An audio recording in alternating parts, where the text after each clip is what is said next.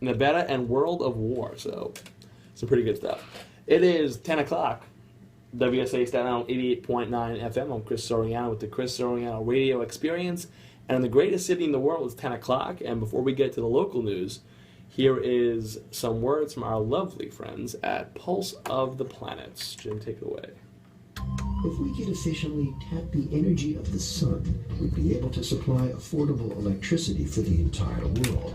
But thus far, solar power has not proved to be cost-effective or available at all times. Alright, so one radical solution would be to I kind of use this as like my, on the moon syndicated. and transmit the energy to Earth in the form of microwaves.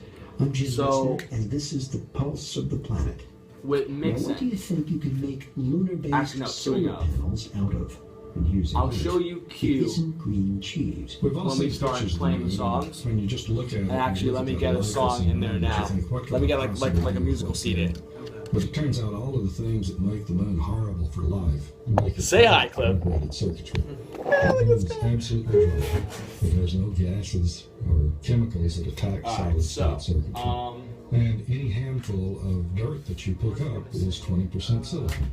David R. Krisner is the director of the Institute for Space Systems Operations at the University of Houston. What you got on the moon are literally millions and millions of acres of raw land that can be changed into integrated circuitry. She's hot. Any place you go on the moon, the dirt that is there can be used to make glass by simply melting and forming through our known glass-making processes, and you can extract the silicon to make solar cells. What you're doing is sending machines up to the moon that will make glass now, fibers I want to hear what's on this. to support all of your circuitry. T4Q. And then extracting the chemicals from Q them, button? such as silicon, iron, and press aluminum, play. to complete those circuits. And once this machine gets to the moon, So that's not going over here, but you can hear solar it. converters and microwave transmitters to a very small plant. Yeah. So, I mean, you know, it's not, listen, it's simple stuff. National Science Foundation. I'm Jim Metzner.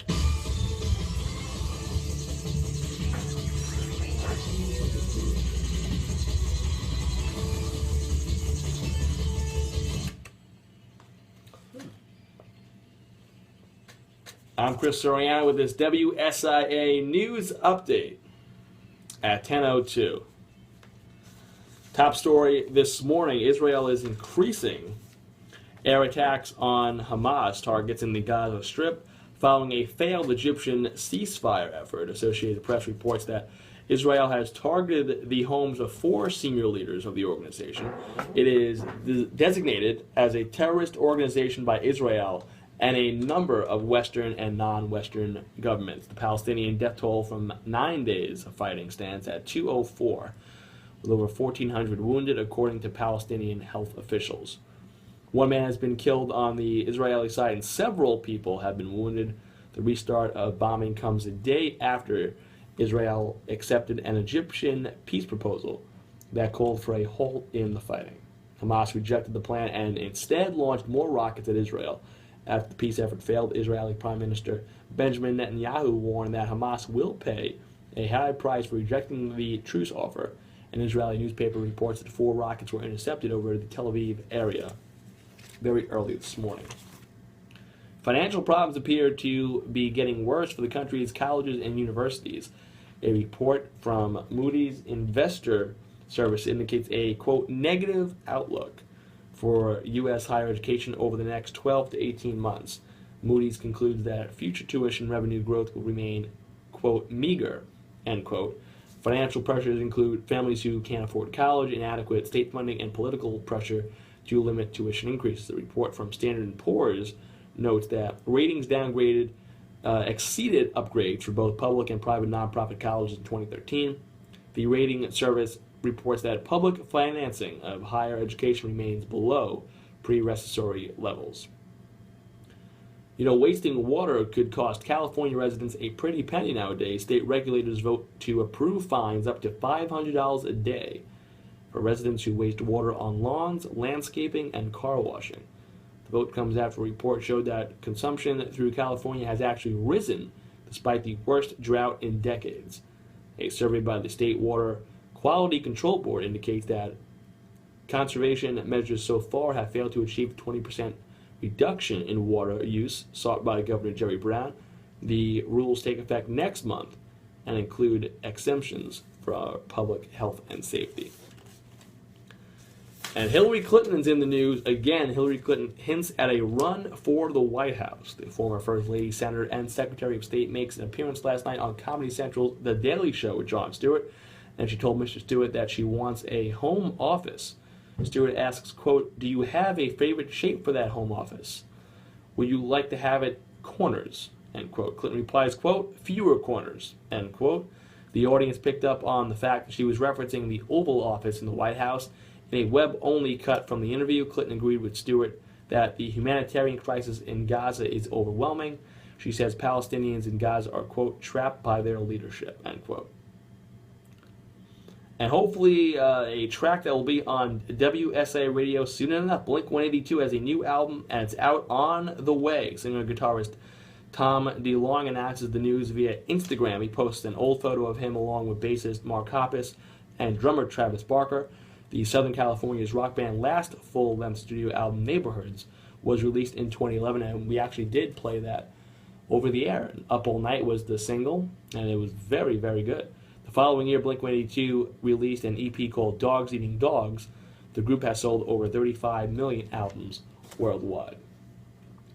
Who won bragging rights and home field advantage to the World Series this year? We'll check that next. WSA News and Sports Time, 10:06. Dad, you probably taught your son how to hit a baseball, but have you taught him what not to hit? Teach him early that all Blink-182. violence Okay, against I like wrong. Blink-182. For tips, visit endabuse.org, brought to you by the Family Violence Prevention Fund, the Wade Institute for Violence Prevention, and Ad Council. We played I didn't think it was possible their for me CD to in be an 2011. alcoholic. I was 24 and no with a one good else is career. playing it. I thought I was too No smart one else and is that playing it, so alcoholism I don't only see, happened you in know. middle-aged men and I mean, listen. celebrities. It's not super I thought mainstream. something Listen, else was making if me we sick, play it and you shaky start, and afraid to like if it's face commercial and then you people. hear like I commercial found things AA. play, then I obviously we have to discovered pull it. We have to pull it. something But else. It was I mean, if no one's playing AA it, helped me find a I have new no life. problem playing it. I mean, I'm Alcoholics going Anonymous. to talk to them It big. Listen, works. Look us up. Because Check that'd be the phone great. book, It's only if they newspaper, send us or the album. AA.org. You Yeah. can't just like buy it. WSA News and Sports Time is 7 minutes after the hour of 10 o'clock. In sports last night, Derek Jeter is honored by fans and players one final time during an all-star game. He then goes out and helps the American League earn another victory in the Midsummer Classic.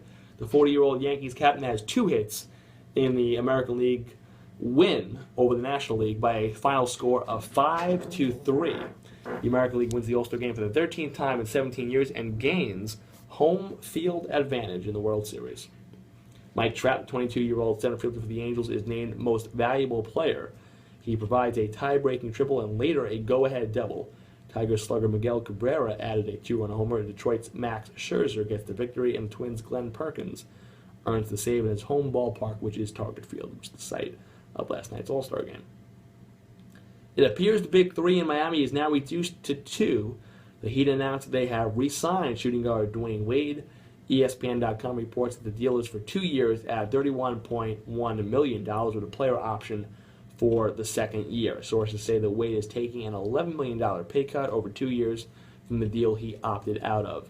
The fate of the franchise has led the Heat to 3 NBA titles. Despite the departure of LeBron James, the Heat have received commitments from Wade and Chris Bosh, plus Lou Aldang and Chris Anderson. They have also signed Josh McRoberts, Mario Chalmers, and Danny Granger. And in more NBA news, ESPN The Magazine reports that Lance Stevenson has inked a deal to play for the Charlotte Hornets. League sources indicate the deal is for 3 years at $27 million. The agreement was signed early this morning after Hornets officials, including owner Michael Jordan, met with Stevenson and his representatives in Las Vegas. His former team, the Indiana Pacers, offered the shooting guard a 5-year, $44 million contract on July 1st. However, Stevenson felt the offer undervalued him. Your stocks right now, everything appears to be up at the moment. S&P 500 up, NASDAQ up, Dow Jones Industrial up. And it is currently 64 degrees at 10:09, and that's what's happening. I'm Chris Soriano with your news and sports on WSIA Staten Island 88.9 FM. It is the Chris Soriano Radio Experience, and we get back to the music right now.